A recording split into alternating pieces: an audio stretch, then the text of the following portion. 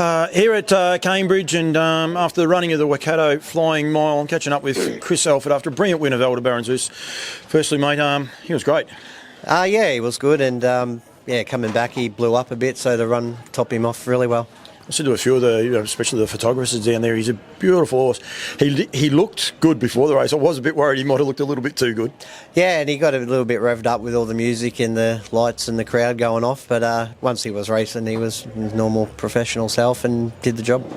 Coming out of the gate, 3 and 4 deep, you had Majestic Man 4 deep. What do you think to yourself, oh no, or were you sort of confident enough with the horse?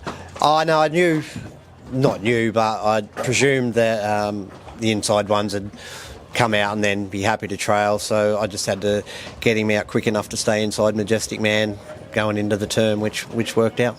He is a lovely horse.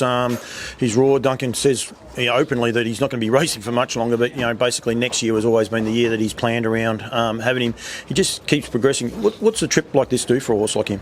Yeah, it could make him even better. Like he's only had one trip to Sydney a couple of weeks ago, and he came back home. He felt good at Melton, just blew out the last bit, which was expected because he hadn't had a run for a month. And same tonight, he blew up pretty big over the back. So going forward, it'll do him the world of good.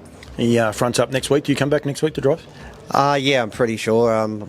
Duncan sort of penciled in for, I think there's 5 races, so he was firstly going to miss next week, but they've changed the conditions to back to a mobile now instead of a stand, so suits him better, and he probably needs the racing leading up to the Rowe Cup. Yeah, and all roads lead to the Rowe Cup, which is about the 27th of May, so which will come around very, very quickly. You're going back to Australia tomorrow morning. It's a very busy time for you to get on Queen Elida. It's just amazing the depth in trotters that there are on both sides of the ditch. It's very exciting, isn't it?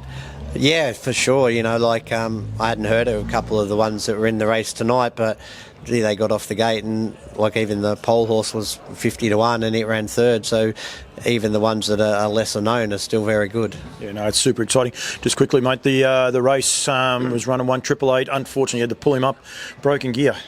He was travelling really well, and I'm not sure, I was sitting last and don't know how many I would have passed, but the way they got up the straight, they were all getting pretty tired. I think had plenty of horse there, just unfortunately snapped the hobble at about the 900.